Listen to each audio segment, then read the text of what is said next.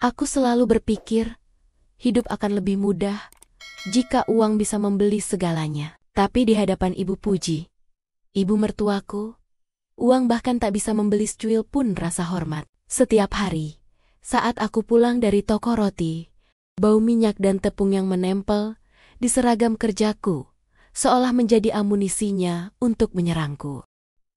Pulang-pulang bau roti lagi. Mau sampai kapan kerja begitu, Vina? Sindirnya. Suaranya tajam seperti pisau yang mengiris kebanggaan. Aku hanya bisa tersenyum tipis, menyimpan semua kalimat yang ingin kuteriakkan. Ini pekerjaan yang kubanggakan. Bu, gaji saya lebih besar dari yang Bapak dan Ibu bayangkan. Tapi, kata-kata itu selalu tertahan di tenggorokan. Namaku Vina. Di mata dunia, aku adalah manajer operasional di sebuah perusahaan retail roti ternama, Lezat Bakery. Gaji pokokku saja sudah lebih dari cukup untuk membeli rumah ini. Belum lagi bonus dan tunjangan yang membuat total pendapatanku mencapai 50 juta rupiah per bulan. Jumlah yang mungkin terdengar mustahil bagi seorang wanita yang bekerja di toko roti. Tapi di mata Ibu Puji, aku hanyalah seorang kasir, pelayan, atau apapun sebutannya yang tak pantas menjadi menantu tunggalnya. Semua prasangka itu dimulai dari kesepakatanku dengan Mas Marom. Kami sepakat untuk merahasiakan gajiku yang sebenarnya. Mas Marom khawatir kalau Ibu Puji tahu, ibu akan menganggapku sombong dan hanya memanfaatkan keluarganya. Padahal, justru sebaliknya. Aku ingin Mas Marom dan Ibu Puji mencintaiku apa adanya, tanpa embel-embel uang, sebuah idealisme yang bodoh. Aku tahu sekarang. Lihat itu, tetangga sebelah, anaknya kerja di bank. Pakai mobil baru terus. Lah, menantu saya sampai sekarang masih naik angkot. Keluhnya pada Mas Marom saat kami sedang makan malam. Ia sengaja berbicara dengan nada keras agar aku mendengarnya. Mas Marom hanya diam. Ia menunduk, sibuk mengaduk nasi di piringnya. Sikap diamnya itu yang paling menyakitkan. Ia tak pernah membelaku, seolah membenarkan semua perkataan ibunya. Aku mengambil napas dalam-dalam. Meja makan ini terasa seperti medan perang. Aku mengangkat kepalaku dan memaksakan senyum. Mungkin kalau saya punya uang lebih, saya bisa beli mobil juga, Bu. Ucapku pelan, mencoba melontarkan candaan. Ibu Puji mendengus. Uang lebih? Dari mana? Gaji kamu cukup buat beli bedak sama lipstik saja, sudah syukur. Aku tersenyum miris. Ia tak tahu. Bedak yang kupakai harganya setara dengan 3 bulan gajinya sebagai pensiunan PNS. Tapi untuk apa aku berdebat? Semua akan sia-sia. Puncak dari semua ini terjadi malam kemarin. Aku baru saja pulang dari acara pembukaan cabang baru di luar kota. Seragamku kotor dan berbau sisa adonan. Aku terlalu lelah untuk membersihkannya. Begitu masuk rumah, Ibu Puji sudah berdiri di ambang pintu dengan wajah masam. Kamu itu tidak pantas jadi istri Marom. Kerjaan kotor, pulang larut, mau jadi apa? Hardiknya. Suaranya menggelegar. Bu, Vina baru pulang. Dia capek. Mas Marom mencoba membela. Suaranya terdengar ragu. Diam, Marom, ini urusan saya dengan menantu tak tahu diri ini. Kalau kamu terus-terusan begini, lebih baik kamu angkat kaki dari rumah ini. Kamu tidak pantas jadi menantu saya. Ibu Puji menunjukku dengan jari telunjuknya yang kurus.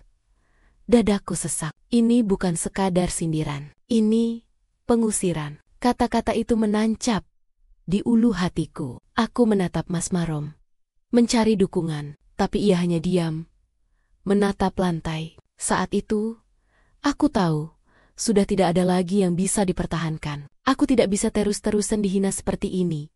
Bahkan, oleh orang yang seharusnya menjadi keluargaku. Di mata Mas Marom yang tak berdaya, dan di bawah tatapan tajam Ibu Puji, aku mengambil keputusan.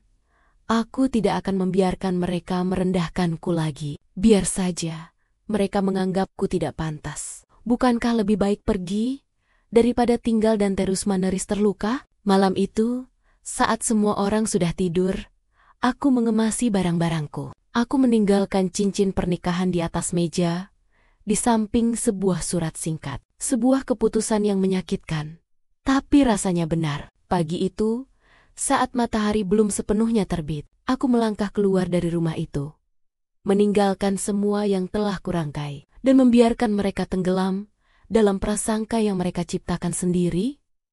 Udara pagi terasa dingin menusuk kulit, tapi hatiku jauh lebih beku. Langkah kakiku terasa berat meninggalkan rumah yang tak pernah benar-benar kurasakan sebagai rumah. Di dalam tas kecilku, hanya ada beberapa potong pakaian, dompet, dan kunci apartemen.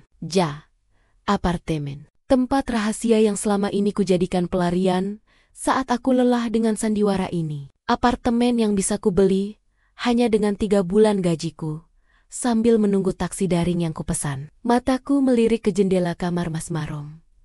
Lampunya masih mati. Dia mungkin belum menyadari aku sudah pergi. Aku membayangkan saat dia bangun nanti, menemukan surat dan cincin pernikahan di atas meja. Aku membayangkan wajahnya yang bingung, mungkin sedikit panik, tapi aku tahu dia takkan berani menentang ibunya. Rasa sakit itu, rasa diabaikan, lebih menyakitkan daripada kata-kata pedas Ibu Puji. Aku menaiki taksi. Sopir melirik tas kecilku dan bertanya, "Mau ke stasiun, Mbak?" Aku menggeleng. "Ke Jalan Merdeka, Pak," jawabku pelan. Sopir itu mengangguk. Dia tak tahu, aku sedang dalam perjalanan menuju kebebasan, menuju kehidupan yang seharusnya. Aku sudah lelah menyembunyikan diriku. Vina, sang manajer operasional yang sukses, terkunci di dalam Vina. Si menantu yang diremehkan. Selama perjalanan, ponselku bergetar. Sebuah notifikasi dari kantor. Sebuah pesan dari Mas Fahri. Atasan langsungku. "Vina, kamu di mana? Ada meeting penting pagi ini." Aku menghela napas. Tentu saja, pekerjaan adalah satu-satunya hal yang tak pernah mengecewakanku. Aku membalas pesan itu singkat, berjanji akan segera sampai. Tak lama kemudian, taksi berhenti di depan sebuah gedung apartemen mewah yang megah. Sopir taksi itu terlihat kaget. Mungkin dia berpikir, bagaimana bisa wanita dengan tas kecil dan seragam pegawai toko roti ini tinggal di sini? Aku tak peduli. Aku membayar ongkos taksi, mengucapkan terima kasih, dan melangkah masuk. Lift membawaku ke lantai 25, di mana aku membuka pintu apartemenku. Saat pintu terbuka, aku disambut dengan bau harum lilin, aromaterapi, dan pemandangan kota Semarang dari jendela besar. Di sini, tidak ada sindiran, tidak ada tatapan merendahkan. Di sini, aku bisa menjadi diriku sendiri. Aku menyimpan tas dan seragam kerjaku, lalu segera mandi dan berganti pakaian. Aku memilih pakaian kerja yang rapi dan elegan, bukan seragam yang selama ini memicu hinaan Ibu Puji. Saat aku merapikan diri di depan cermin, ponselku kembali berdering. Nama Marom muncul di layar. Aku menatapnya lama. Rindu, tentu. Tapi rasa sakit karena diabaikan jauh lebih besar. Aku menolak panggilan itu. Ponselku bergetar lagi. Kali ini dari nomor yang berbeda. Sebuah pesan singkat. "Vina, tolong pulang. Ibu menyesal." Pesan itu dari Mas Marom. Menyesal? Apakah benar begitu? Atau ini hanya cara Ibu Puji dan Mas Marom untuk membuatku kembali? Aku sudah terbiasa dengan janji-janji kosong. Sudah terlalu sering aku memaafkan. Tapi kali ini, aku tidak akan kembali. Aku tidak akan membiarkan harga diriku diinjak-injak lagi. Aku mematikan ponselku dan meletakkannya di laci.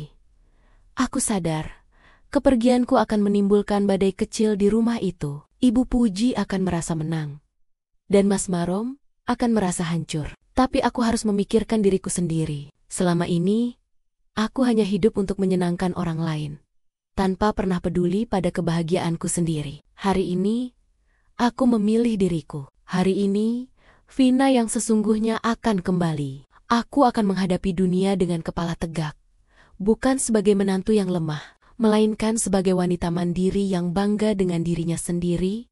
Aku melangkah keluar dari apartemen, menuju taksi yang sudah menungguku. Pagi ini, tujuanku bukan lagi toko roti kecil. melainkan kantor pusat yang megah. Mas Fahri sudah menungguku. Aku siap untuk babak baru dalam hidupku. Tanpa prasangka, tanpa hinaan, hanya aku dan jalanku sendiri. Aku tiba di kantor pusat tepat waktu. Gedung tinggi, megah, dengan logo Lezat Bakery terpampang di puncaknya. Di mata Ibu Puji, ini hanyalah tempat kerja kotor Vina. Dia tidak tahu. Disinilah aku merancang strategi, mengelola tim, dan membuat keputusan yang memengaruhi ribuan karyawan. Pagi ini, aku melangkah masuk dengan kepala tegak. Bukan lagi Vina yang tertunduk di hadapan hinaan. Mas Fahri sudah menungguku di ruangannya. Dia adalah seorang pria paruh baya yang bijaksana, mentor yang selalu melihat potensi dalam diriku. Begitu aku duduk, ia menyerahkan sebuah map. Vina, saya sudah mendengar tentang situasi di rumahmu, katanya pelan. Aku terkejut. Bagaimana dia tahu? Jangan khawatir. Saya tidak akan ikut campur, tapi saya ingin kamu tahu. Kamu punya tempat di sini. Kamu punya keluarga di sini. Mataku berkaca-kaca. Aku mencoba menahan emosi. Terima kasih, Mas. Kamu pantas mendapatkan lebih, Vina. Bukan hanya rasa hormat, tapi juga tantangan baru. Saya tahu kamu sudah lelah dengan tugas operasional harian. Itu sebabnya saya punya tawaran untukmu. Lanjutnya, lalu mendorong map itu ke arahku. Aku membukanya. Di dalamnya ada surat pengangkatan. Jantungku berdebar kencang saat mataku membaca kalimat-kalimat di sana. Vina Larasati diangkat menjadi pengawas area untuk wilayah Jawa Tengah dan DIY. Aku mengangkat kepala, menatap Mas Fahri ini. Serius. Dia tersenyum. Sangat serius. Kamu pantas mendapatkannya. Kamu sudah membuktikan dirimu berkali-kali. Ini bukan lagi soal mengelola satu toko, tapi puluhan toko. Kamu akan bertanggung jawab atas semua operasional, kinerja, dan pengembangan di seluruh area. Gaji dan tunjanganmu juga akan disesuaikan. Tentu saja, tawaran ini adalah impianku. Ini adalah puncak karier yang aku bangun dengan keringat dan air mata selama bertahun-tahun. Tapi di satu sisi, aku merasa takut. Aku telah menyembunyikan kesuksesan finansialku selama ini. Akankah jabatan ini membawaku pada masalah yang lebih besar? Vina, kamu tidak perlu langsung menjawab. Pikirkan baik-baik, kata Mas Fahri seolah membaca pikiranku. Saya terima, Mas. Jawabku mantap. Tanpa ragu sedikit pun. Saya akan buktikan bahwa Bapak tidak salah memilih. Dia mengangguk puas. Bagus. Saya tidak pernah ragu denganmu. Sekarang, ayo kita mulai. Ada beberapa laporan yang harus kamu pelajari.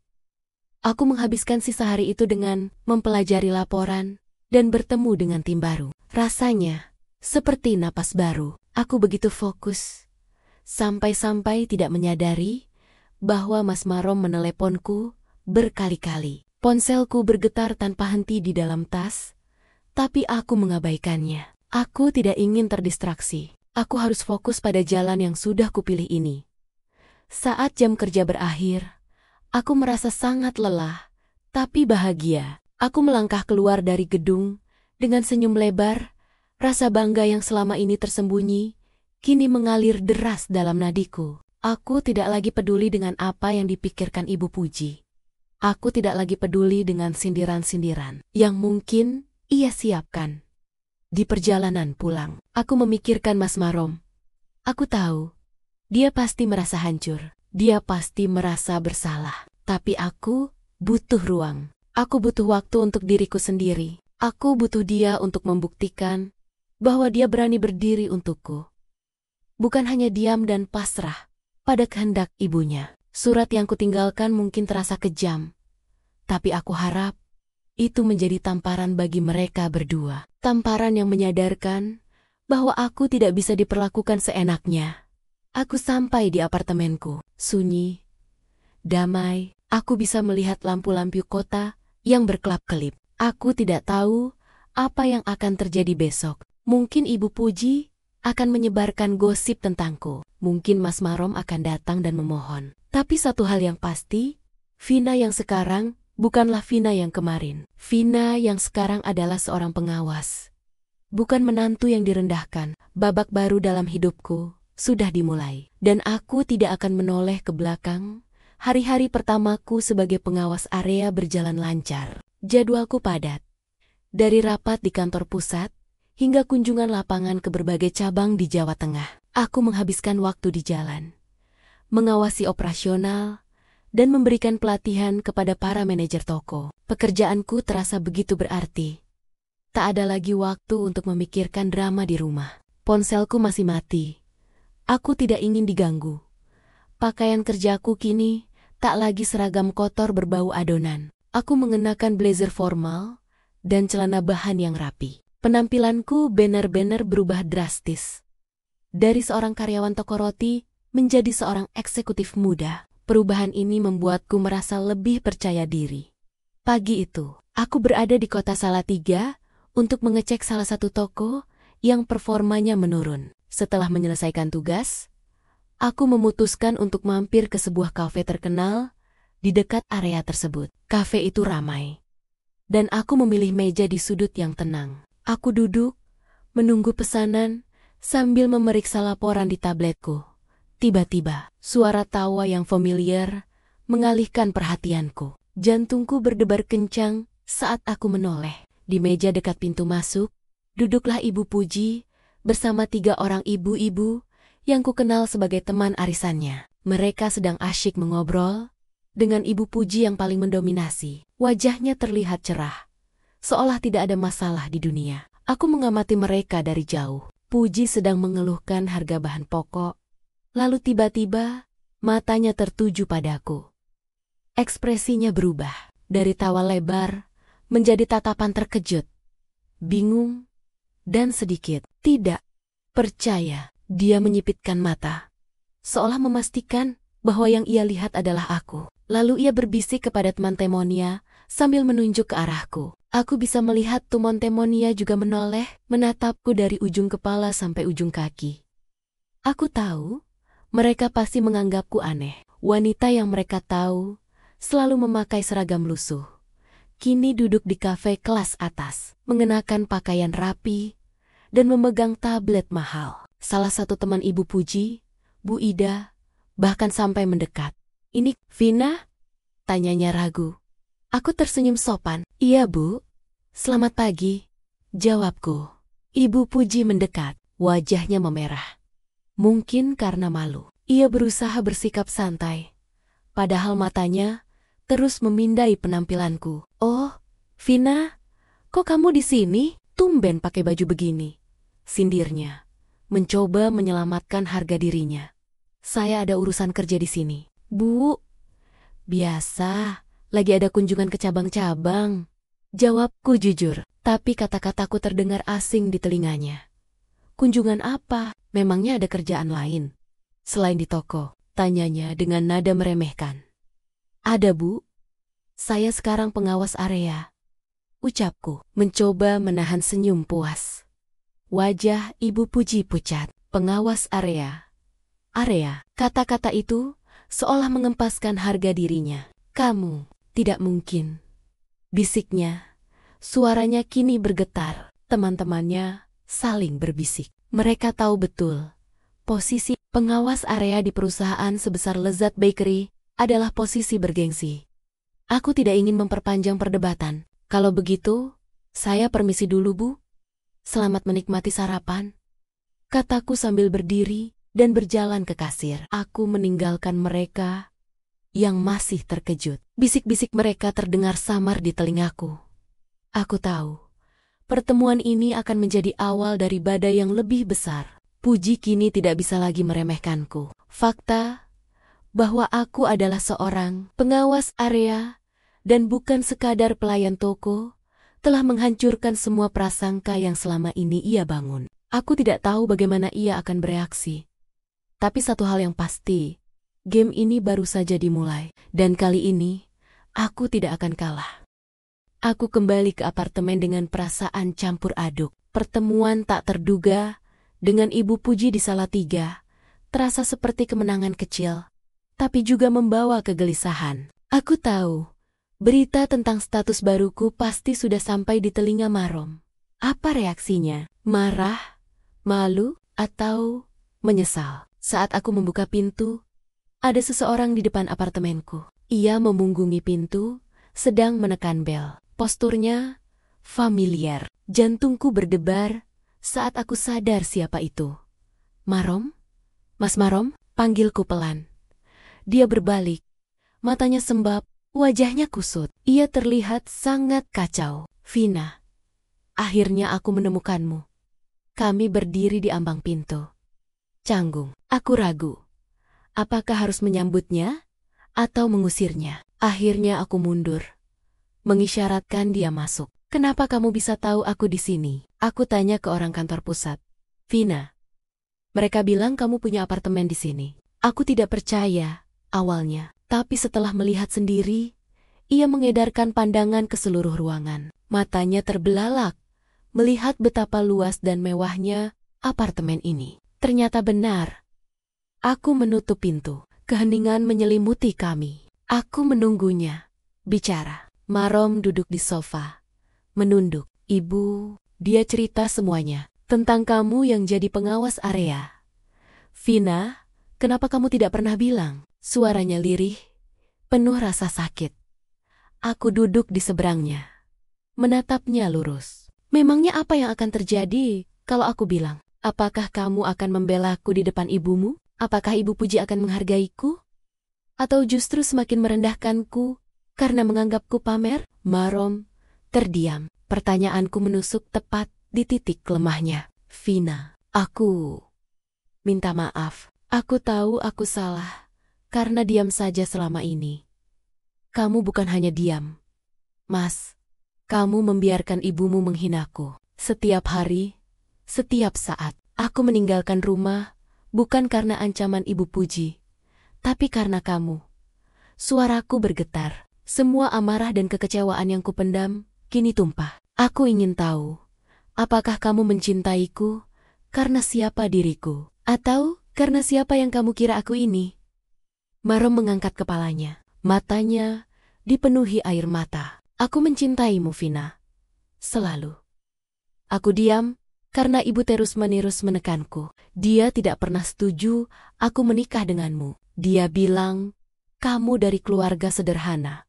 Gajimu kecil. Dia ingin aku menikah dengan anak temannya yang seorang dokter. Aku mendengus. Dan kamu percaya itu? Bahwa cinta kita harus diukur dari uang dan status? Marom menggeleng. Tidak. Tapi, aku tidak mau durhaka. Ibu adalah segalanya bagiku. Aku terjebak di antara kalian berdua. Masa lalu memang rumit, lanjutku. Aku menarik napas dalam-dalam. Memutuskan sudah saatnya dia tahu segalanya. Dulu, aku pernah punya pacar. Seorang pengusaha sukses. Dia sangat mencintaiku. Atau setidaknya, itu yang kupikirkan. Tapi suatu hari, aku menemukan dia hanya memanfaatkan uangku. Setelah itu, aku sadar aku tidak ingin lagi berhubungan dengan orang yang hanya melihat kekayaanku. Itulah kenapa aku memilih menyembunyikan gajiku. Aku ingin hubungan yang tulus, yang tidak didasarkan pada uang. Marom mendengarkan dengan saksama. Wajahnya menunjukkan penyesalan yang mendalam. Aku mengerti sekarang. Dan aku minta maaf karena tidak bisa menjadi orang yang kamu butuhkan. Aku pantas kehilanganmu. Ia bangkit dan berjalan ke arah jendela. Memandang keluar. Vina, aku tahu aku tidak punya hak untuk memintamu kembali. Tapi, bisakah kita bicara lagi? Besok, aku akan buktikan bahwa aku bisa menjadi orang yang lebih baik untukmu. Aku tidak menjawab. Aku hanya menatapnya. Malam itu, untuk pertama kalinya setelah sekian lama, aku melihat Marom tidak lagi diam. Ia berani berbicara. Ia berani mengakui kesalahannya. Ini adalah langkah pertama. Dan aku tidak tahu apakah ini cukup untuk memperbaiki semuanya. Tapi satu hal yang pasti, rahasia yang selama ini kupendam telah membuka mata kami berdua. Setelah Marom pergi, aku merasa ada beban berat yang terangkat dari pundakku. Setidaknya, kini ia tahu kebenarannya. Aku tidak lagi harus berpura-pura. Tapi ketenangan itu tidak bertahan lama. Kehadiran Marom di apartemenku ternyata bukan satu satania kejutan yang akan kudapatkan.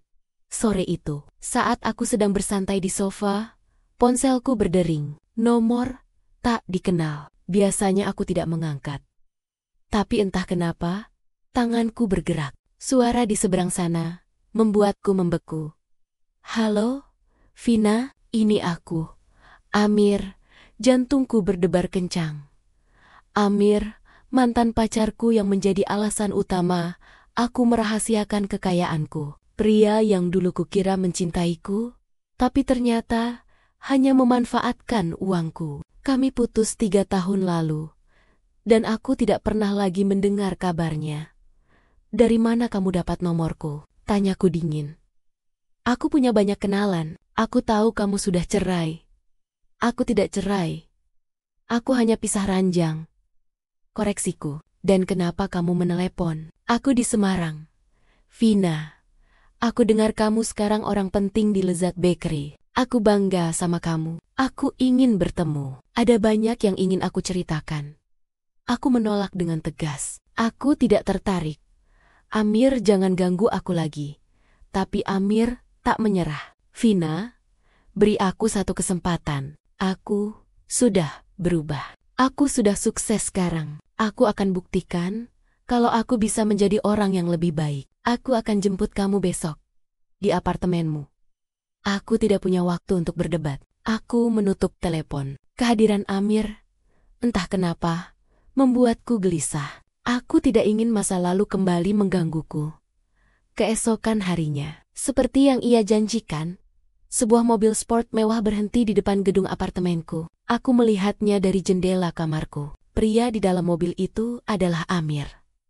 Dia keluar dari mobilnya, mengenakan pakaian mahal, dan berjalan masuk ke lobi. Aku tahu, apartemen ini memiliki keamanan ketat, tapi Amir sepertinya selalu bisa mendapatkan apa yang dia inginkan. Saat aku turun ke lobi, dia sudah menungguku dengan senyum lebarnya. Vina, kamu terlihat sangat cantik. Aku tidak membalas pujiannya. Aku tidak akan pergi denganmu, Amir. Aku sudah bilang, jangan ganggu aku. Hanya makan malam. Sebagai teman, kita sudah lama tidak bertemu. Ia terus membujuk. Saat itulah ponselku bergetar. Marom. Aku teringat janjiku untuk memberikan kesempatan padanya. Tanpa pikir panjang, aku mengangkat telepon itu. Halo, Mais. Mais, Vina, kamu di mana? Aku di apartemenmu, kata Marom. Suaranya terdengar cemas. Aku sedang di lobi. Ada temanku. Marom terdiam sejenak. Aku ke sana sekarang. Aku tidak sempat menolak. Hanya dalam beberapa menit, Marom muncul di lobi. Wajahnya terkejut melihat Amir. Ia menatapku dan Amir bergantian, seolah mencoba memahami situasi. Amir seolah sengaja menyapa Marom dengan nada angkuh. Kamu siapa? Pacar Vina? Pacar Vina? Oh, aku lupa. Vina sudah pisah ranjang. Jadi, dia milikku sekarang. Marom mengepalkan tangannya. Dia, istriku. Mantan istri? Kan, aku ini calon suaminya. Amir tersenyum sinis. Aku tidak bisa menahan diriku lagi. Amir. Cukup, Marom. Dia hanya teman lama. Marom tidak percaya. Wajahnya dipenuhi kecemburuan dan kemarahan. Ia melirik mobil sport mewah Amir. Sejak pertemuanku dengan Ibu Puji, gosip tentang gajiku dan apartemen mewahnya sudah menyebar di kalangan keluarga besar. Kehadiran Amir dengan mobil mewahnya semakin memperkuat rumor bahwa aku sudah sukses dan bergelimang harta. Marom merasa harga dirinya Dainia kinjek. Marom dan Amir saling tatap, penuh ketegangan. Pertemuan tak terduga ini semakin memperkeruh keadaan. Aku tahu, Ibu Puji pasti akan mendengar tentang Amir. Dan aku tahu, ini akan menjadi senjata baru untuknya. Aku terjebak di antara masa lalu dan masa kini. Aku harus mencari cara untuk menyelesaikan semua ini. Pertemuan di lobi apartemen adalah puncaknya. Setelah perdebatan singkat antara Marom dan Amir, Aku memaksa Amir untuk pergi. Aku menatap Marom yang masih berdiri mematung. Wajahnya penuh kekecewaan. Tapi kini ada tekad yang kuat di matanya. Aku tahu sesuatu telah berubah dalam dirinya. Vina, aku harus menemui ibu. Ucapnya dengan suara serak. Ia tidak menunggu jawabanku. Ia berbalik dan melangkah pergi, meninggalkan aku dalam keheningan yang menyesakan. Aku kembali ke apartemen.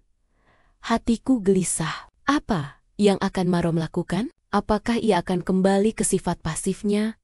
Atau ia akhirnya berani melawan? Aku berharap ia memilih yang kedua, untuk dirinya sendiri dan untuk kami. Malam itu, ponselku berdering. Nomor Marom. Aku ragu, tapi akhirnya mengangkatnya. Halo Mas, Vina. Aku di rumah. Aku sudah bicara dengan ibu.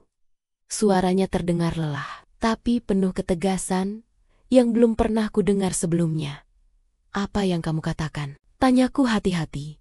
Aku ceritakan semuanya, tentang kamu yang jadi pengawas, tentang apartemenmu, dan tentang gajimu. Jawabnya. Napasku tertahan. Ia benar-benar melakukannya. Awalnya, ibu tidak percaya. Dia bilang, kamu pasti bohong. Dia bilang, aku sudah dicuci otak. Tapi aku bilang, Bu, Vina itu sukses. Dia bisa membeli apapun yang dia mau. Tapi dia tidak pernah pamer. Dia tidak pernah minta apa-apa dari kita. Aku bisa membayangkan bagaimana raut wajah Ibu Puji saat mendengar semua itu. Pasti ia terkejut, marah, dan malu. Dan dia tetap tidak percaya. Lanjut Marom, ibu masih merendahkanmu. Vina, dia bilang itu hanya uang dari Amir. Dia bilang, kamu hanya perempuan yang menggoda laki-laki kaya. Hatiku mencelos. Rupanya, Ibu Puji masih saja menuduh tanpa bukti. Tapi aku punya satu kartu as. Vina, aku bilang ke ibu, Bu, sebenarnya aku tahu, Vina punya tabungan besar dari gajinya sebagai pengawas. Dia tidak pernah menceritakannya karena dia ingin kita mencintainya apa adanya. Dia melakukan semua ini karena dia trauma, Bu. Aku juga tahu gaji dia 50 juta per bulan. Aku tahu itu, tapi aku diam saja. Karena aku takut. Aku takut kalau ibu tahu, ibu akan semakin membencinya. Aku diam saja, Bu, karena aku tidak ingin durhaka. Tapi karena itu, Vina pergi dari rumah. Dan itu semua salahku. Hening, aku tidak bisa berkata-kata. Air mata mengalir deras di pipiku. Marom, yang selama ini kupikir pasif dan tak berdaya, ternyata menyimpan rahasia ini. Dia tahu. Dan dia memilih diam karena tekanan ibunya. Pengakuan itu menyakitkan, tapi juga melegakan. Akhirnya, ia mau mengakui kesalahannya ibu. Dia diam. Vina, dia tidak berkata apa-apa. Setelah aku mengatakan semuanya, dia hanya diam, seolah dunia di sekitarnya berhenti berputar. Kata Marom, aku tidak tahu apa yang akan terjadi selanjutnya, tapi aku ingin kamu tahu. Aku tidak akan diam lagi. Aku akan membela kamu. Aku menunduk. Pengakuan Marom, rasa penyesalan di suaranya, dan tekadnya untuk berubah, membuatku tersentuh. Aku tahu, ia tidak meminta maaf. Ia hanya menceritakan apa yang terjadi. Dan itu lebih dari cukup. Ini adalah pertama kalinya ia benar-benar berani. Babak ini adalah awal dari perubahan dalam hubungan kami. Hubungan yang tidak lagi diselimuti rahasia, melainkan dengan kejujuran dan keberanian. Malam itu, setelah telepon dari Marom, aku tidak bisa tidur. Aku tahu, pengakuan Marom pasti membuat Ibu Puji terpukul. Aku tidak tahu bagaimana ia akan bereaksi. Tapi aku merasa ada sesuatu yang akan terjadi, dan dugaanku benar. Pagi harinya, bel apartemenku berbunyi. Aku melirik layar interkom. Dan hatiku berdebar kencang saat melihat wajah Puji di sana. Sendirian, ia terlihat berbeda. Tidak ada lagi raut wajah sinis yang biasa ia pamerkan. Wajahnya terlihat lelah dan penuh penyesalan. Aku menghela napas, memutuskan untuk membuka pintu. Aku tahu, Ini adalah kesempatan untuk kami berdua. Saat pintu terbuka, ia berdiri kaku di ambang pintu. Vina, panggilnya. Suaranya pelan dan bergetar. Bisa kita bicara sebentar? Aku mengangguk dan mempersilahkan ia masuk. Ia melangkah ke dalam apartemen dengan canggung. Matanya menyapu setiap sudut ruangan, seolah mencoba mencerna kemewahan yang ia lihat. Setelah ia duduk di sofa, kami terdiam. Aku menunggu. Aku tahu, ia datang bukan untuk berdebat, tapi untuk meminta maaf. Marom sudah cerita semuanya, ucapnya, memecah keheningan tentang jabatanmu, tentang apartemen ini, dan tentang gajimu. Ia menatapku. Matanya berkaca-kaca. Saya salah, Vina. Saya kira kamu hanya berpura-pura. Saya tidak pernah menyangka kamu bisa sesukses ini. Aku hanya diam. Kata-katanya tidak lagi menyakitkan. Aku hanya merasa kosong. Semua sindiran, hinaan, dan tatapan merendahkan yang ia berikan selama ini kini terasa sia-sia. Saya minta maaf atas semua kata-kata saya. Saya terlalu buta dengan prasangka saya sendiri. Lanjutnya, saat aku hendak menjawab, bel apartemenku kembali berbunyi. Aku mengernyitkan dahi. Puji juga terlihat terkejut. Siapa lagi yang datang? Aku melihat layar interkom. Ada seorang pria berdiri di sana, mengenakan jaket kulit dan tersenyum lebar ke arah kamera. Amir, maaf Vina, saya baru sadar, ini kue yang kamu suka, katanya melalui interkom. Saya taruh di depan pintu ya. Aku melihatnya meletakkan kotak kue di depan pintu. Puji menoleh ke arahku, matanya membesar. Aku tahu apa yang ia pikirkan. Itu siapa? Tanyanya. Suaranya penuh selidik. Hanya teman lama, Bu, jawabku. Mencoba bersikap santai. Puji berdiri, berjalan ke jendela, dan melihat ke bawah. Ia memicingkan mata, melihat ke arah Amir yang sedang masuk ke dalam mobil sportnya. Itu mobilnya, ya? Bisiknya. Mobil yang dilihat Marom waktu itu. Aku tidak menjawab. Aku hanya membiarkannya melihat. Aku melihat wajah Puji berubah. Penyesalan yang tadi terlihat di wajahnya kini bercampur dengan rasa malu. Ia melihatku, lalu melihat mobil Amir. Ia menyadari, di luar sana, aku adalah sosok yang dihargai. Aku adalah orang yang dihormati. Bahkan oleh pria sesukses Amir.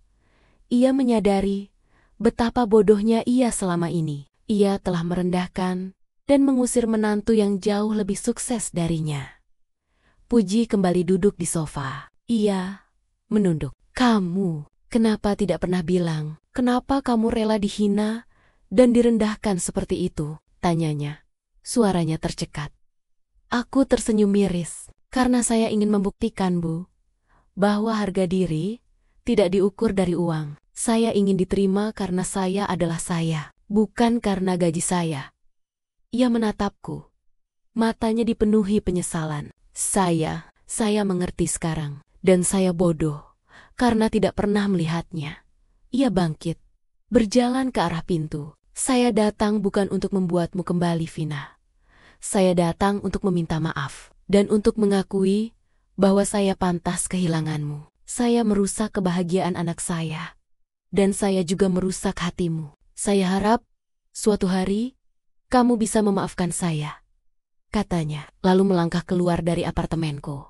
Aku berdiri di ambang pintu, melihat kepergiannya. Punggungnya terlihat rapuh, tidak lagi sombong seperti yang dulu. Aku tahu, ini adalah awal dari perubahan. Pukulan keras yang ia terima hari ini, dari kesadarannya sendiri, akan menjadi pelajaran berharga baginya. Dan aku, akhirnya, bisa bernapas lega. Balas dendam terbaik adalah hidup dengan bahagia.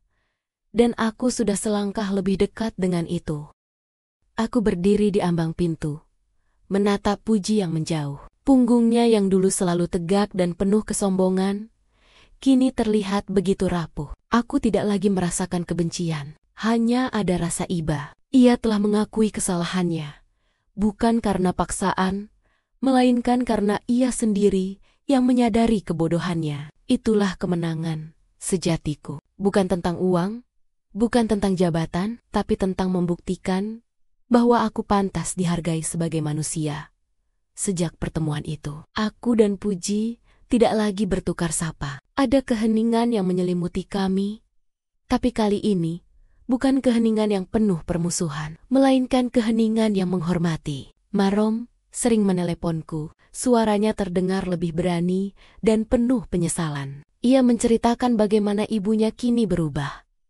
Ibu jadi lebih pendiam. Ceritanya suatu malam, dia tidak lagi menyindir. Bahkan, dia bilang, "Marom, kamu bodoh karena tidak bisa menghargai istrimu sendiri. Ibu bodoh karena membiarkan kamu melakukannya." Hatiku menghangat mendengar itu. Aku tahu, Puji sedang berproses. Ia sedang menghadapi penyesalannya sendiri. Aku tidak perlu lagi berteriak atau memamerkan kesuksesanku. Semuanya sudah jelas. Suatu sore, aku sedang duduk di kafe favoritku. Tiba-tiba, sebuah mobil berhenti di depan kafe. Pintu mobil terbuka, dan Puji turun. Ia berjalan ke arahku. Kali ini dengan langkah yang lebih pasti. Ia tidak lagi membawa wajah sombongnya. Wajahnya terlihat tulus. Puji duduk di hadapanku. Ia tidak memesan apapun. Ia hanya menatapku. Matanya dipenuhi ketulusan. "Vina, saya datang bukan untuk meminta maaf lagi," ucapnya. "Saya sudah tahu.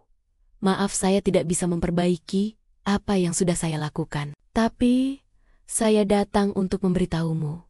Saya salah. Saya sangat menyesal. Saya sudah merusak kebahagiaan anak saya. Saya sudah menyakiti hatimu." "Kenapa, Bu?" tanyaku. "Kenapa dulu ibu membenci saya?" Puji menghela napas panjang. "Karena saya takut, Vina. Saya takut Marom akan jatuh miskin kalau dia menikah denganmu. Saya takut kamu hanya akan menjadi beban. Saya takut dia tidak bisa bahagia." Ternyata, yang membuat dia tidak bahagia adalah saya sendiri.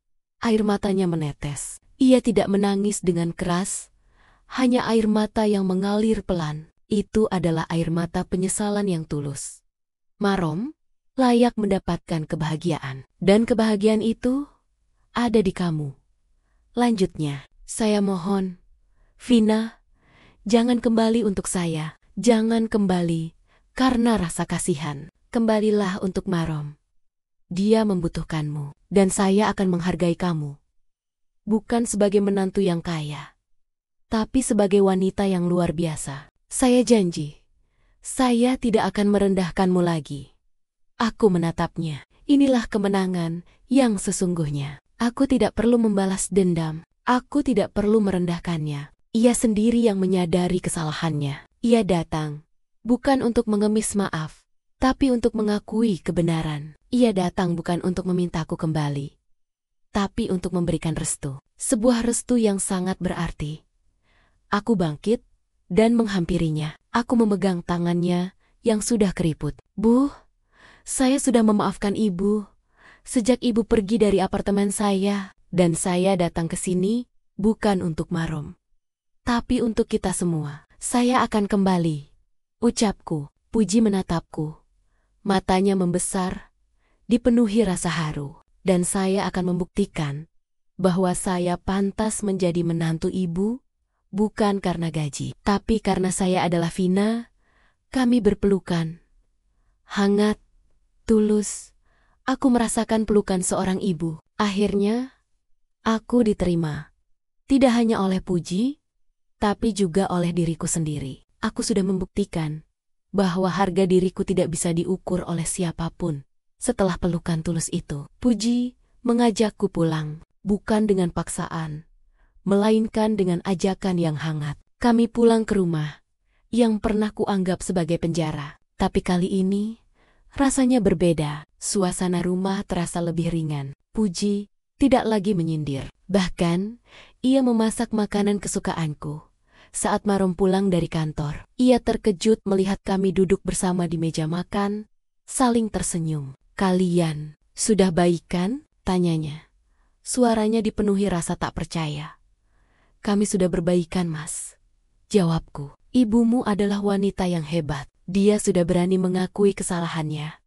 Maro menatapku, lalu menatap ibunya. Ada rasa haru dan lega yang terpancar di matanya. Ia memelukku, lalu memeluk ibunya. Malam itu, untuk pertama kalinya setelah sekian lama, kami makan malam bersama, sebagai sebuah keluarga yang utuh. Tanpa ada ketegangan, tanpa ada prasangka.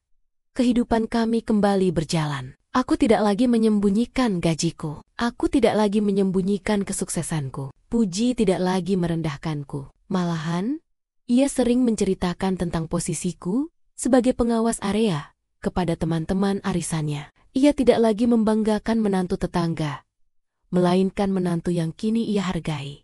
Suatu hari, saat kami sedang berkumpul di ruang keluarga, Maro memegang tanganku. "Vina, aku minta maaf atas semua yang sudah terjadi. Aku janji, aku akan menjadi suami yang lebih baik. Aku akan selalu membela kamu." "Mas, kamu tidak perlu minta maaf," jawabku. "Kamu sudah berubah, dan itu yang terpenting." Aku menoleh ke arah Puji yang sedang tersenyum. Ia menatapku dengan tatapan yang berbeda, tatapan yang penuh kebanggaan. Ia tidak bangga karena gajiku, melainkan bangga karena ia berhasil melewati prasangka dan menjadi manusia yang lebih baik. Kami akhirnya menyadari bahwa cinta sejati bukanlah tentang kekayaan atau status sosial, bukan tentang seberapa besar gaji seseorang atau seberapa terpandang pekerjaannya. Cinta sejati adalah tentang saling menerima, tentang saling menghargai, tentang memaafkan, dan tentang menjadi diri sendiri tanpa harus takut direndahkan. Aku tidak lagi merasa seperti menantu yang diusir. Aku merasa seperti menantu yang diterima. Aku berhasil membuktikan bahwa aku pantas menjadi bagian dari keluarga ini. Bukan karena gajiku, melainkan karena diriku sendiri. Cerita ini tidak berakhir dengan balas dendam. Ini berakhir dengan kemenangan. Kemenangan moral, kemenangan hati, dan kemenangan keluarga. Dan aku tahu, kebahagiaan yang kudapatkan sekarang adalah kebahagiaan yang paling murni dan tulus.